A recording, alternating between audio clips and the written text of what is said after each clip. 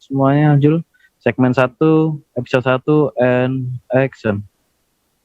Bismillahirrahmanirrahim. Halo, Assalamualaikum warahmatullahi wabarakatuh. Pemirsa televisi Muhammadiyah, dimanapun Anda berada, apa kabarnya?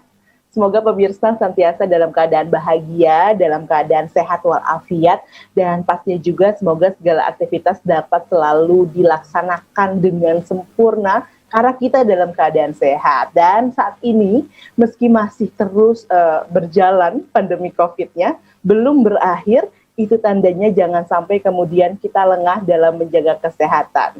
Tetap jaga kesehatan dengan mengkonsumsi makanan-makanan sehat dan menggunakan masker dimanapun Anda berada, pemirsa. Nah, senang sekali saya Irmalia Septiana dapat kembali menyapa Anda, pemirsa, dalam PTV Show Ngobrol Sering tapi nggak bikin boring. Dan kali ini aku mau ngobrol bersama dengan seorang mahasiswa pasca sarjana dari Pakistan yang karena COVID juga pastinya tidak bisa banyak beraktivitas, apalagi harus pulang ke Indonesia. Itu pasti satu hal yang cukup sulit untuk dilaksanakan, tapi bagaimana kemudian harus tetap produktif di dalam kondisi COVID. Seperti kita yang ada di Indonesia juga sebenarnya ya, banyak aktivitas yang harus dilakukan dari rumah saja, tapi kalau di rumah cuma kemudian males-malesan, mager-mageran, diam di tempat tidur, nampaknya akan merugikan diri kita sendiri. So, kita harus cari satu ide apa yang bisa membuat kita tetap produktif meskipun tetap ada di kondisi pandemi COVID-19. Langsung aja kita ngobrol-ngobrol barengan sama Kak Muhammad Fahmi. Halo, Assalamualaikum warahmatullahi wabarakatuh, Kak Fahmi. Waalaikumsalam warahmatullahi wabarakatuh. Gimana kabarnya semua di Indonesia, teman-teman? Kabar baik, alhamdulillahirrabbilalamin. Bagaimana yang ada di Pakistan? Alhamdulillah, kabar baik semuanya untuk teman-teman di Pakistan juga.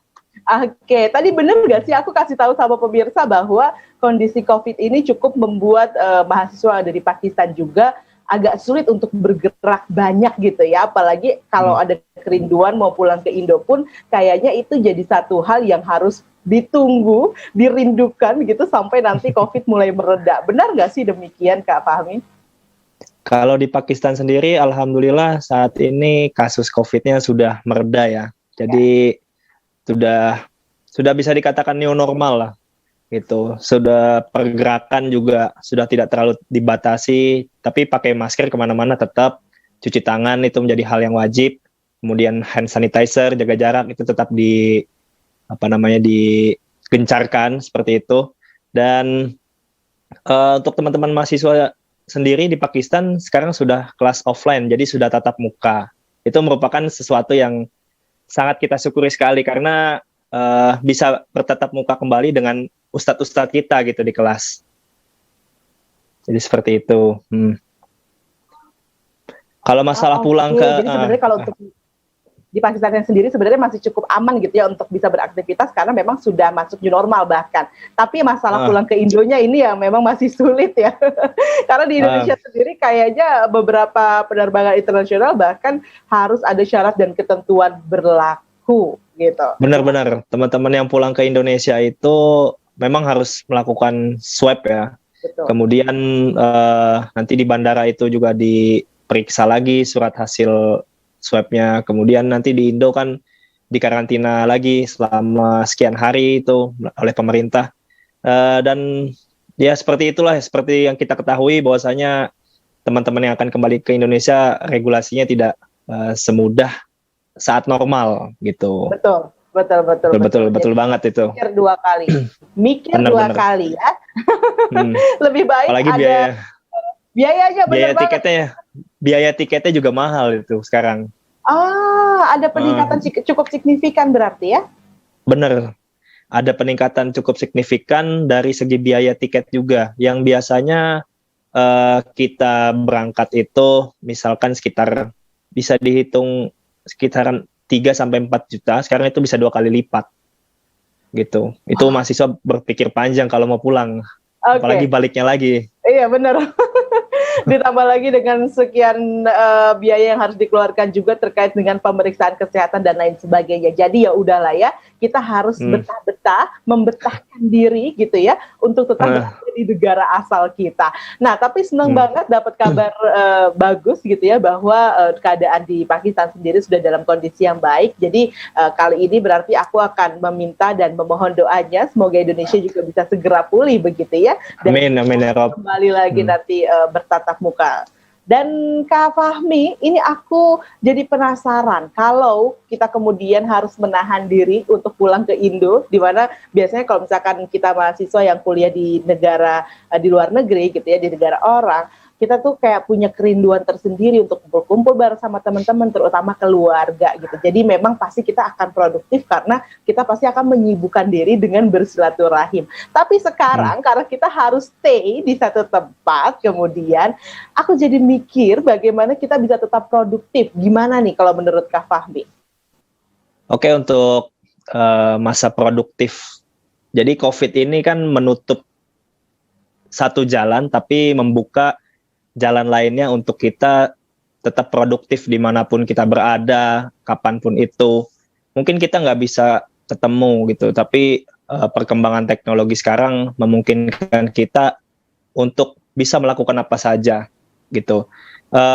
Untuk produktif di masa pandemi ini, kalau bagi saya sebagai thesis writer tentunya sangat bermanfaat sekali ya, karena jadi nggak pengen kemana-mana, akhirnya nulis gitu. Itu satu nilai produktif yang bisa saya ambil, yaitu segera menyelesaikan tesis. Kemudian kalau misalkan saya bosan tesis, saya bisa bikin konten itu melalui Instagram atau melalui YouTube, atau saya juga suka nulis, walaupun belum banyak tulisannya di blog, tapi itu menjadi sesuatu yang bisa saya sharing gitu.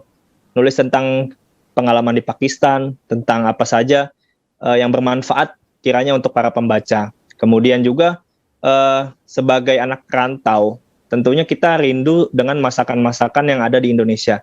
Nah, kita di Pakistan ini teman-teman mencoba untuk membuat masakan-masakan yang kiranya ala-ala Indo gitu. Misalkan kita buat ikan, bikin ayam yang biasa di rumah tinggal beli, kini di Pakistan sebagai anak rantau kita nyoba racik bumbunya sendiri, dan alhamdulillah rasanya ya 11-12 dengan yang ada di Indonesia.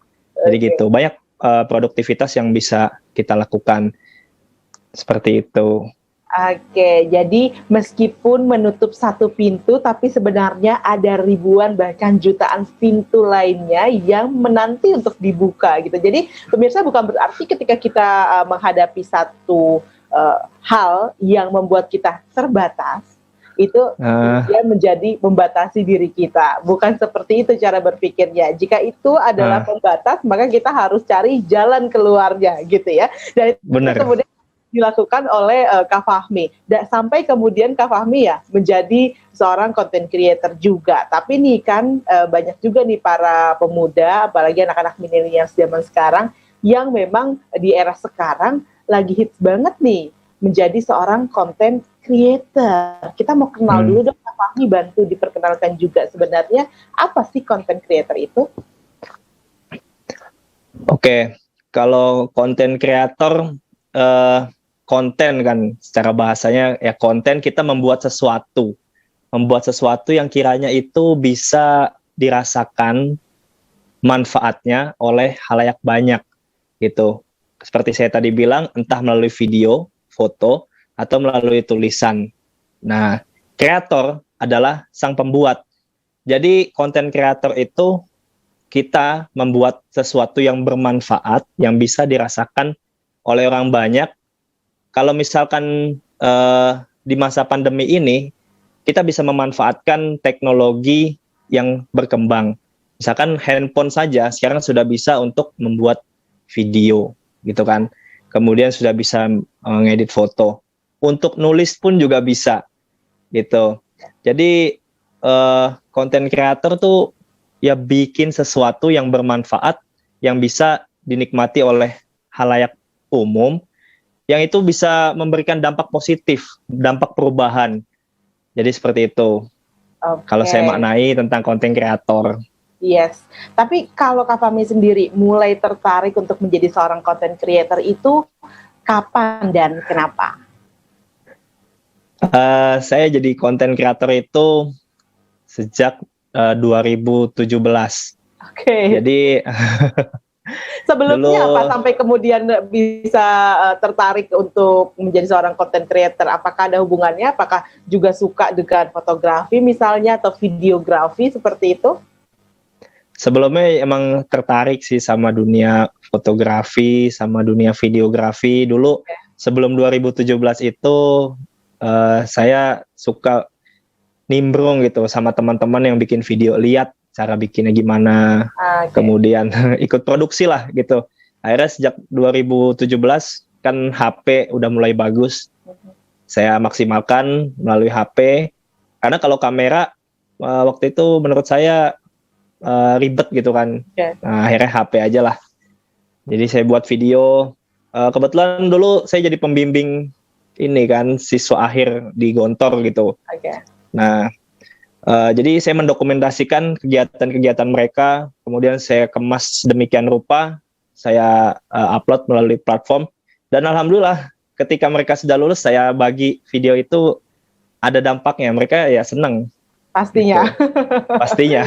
Pastinya. Karena untuk berada di lingkungan pesantren itu bisa mendokumentasikan kegiatan itu jadi satu hal yang sulit untuk dilakukan kalau bukan si pembimbingnya gitu ya yang benar banget kesempatan itu. Yes. Benar banget. Oke, lalu sejak 2017 itu bukan hanya kegiatan santri yang saya bimbing. Coba saya keliling, ketika itu kan sudah S1 kan, udah alhamdulillah sarjana. Akhirnya saya mencoba kemana-mana, saya foto, saya videoin, dokumentasikan, dan saya share melalui platform. Akhirnya sekarang ketika misalkan ada teman mau ke suatu tempat, nih saya kasih videonya, gambaran tempatnya itu seperti ini. Wah, gitu. Oke. Lalu kemudian juga kalau sekarang ini saya di Pakistan, kemana-mana, terutama sekarang kan banyak teman-teman baru datang gitu, mahasiswa baru. Saya ceritakan tentang suatu tempat, misalkan namanya Malam Jabba. Itu tempat salju. Mereka pasti akan berpikiran Malam Jabba, malam kok malam? Padahal Malam Jabba itu suatu tempat, tempat di Pakistan. Kemudian saya share videonya, dan ya mereka akhirnya menilai bahwasanya itu tempat salju, bukan malam, bukan kondisi waktu. Bukan waktu, ya itu menjelaskan tempat. Nah, tentunya akan masih banyak lagi pemirsa yang berhasil dijelaskan oleh Kak Fahmi melalui gambar, melalui video begitu ya, sehingga orang-orang bisa lebih mudah mengenal satu tempat atau satu wilayah. Ini banyak banget berarti manfaatnya ya. Nah, kita akan masih ngobrol lagi, kita lanjutin lagi untuk Anda pemirsa yang ingin jadi content creator, modal kerja dari rumah aja, tetap bersama kami, akan segera kembali.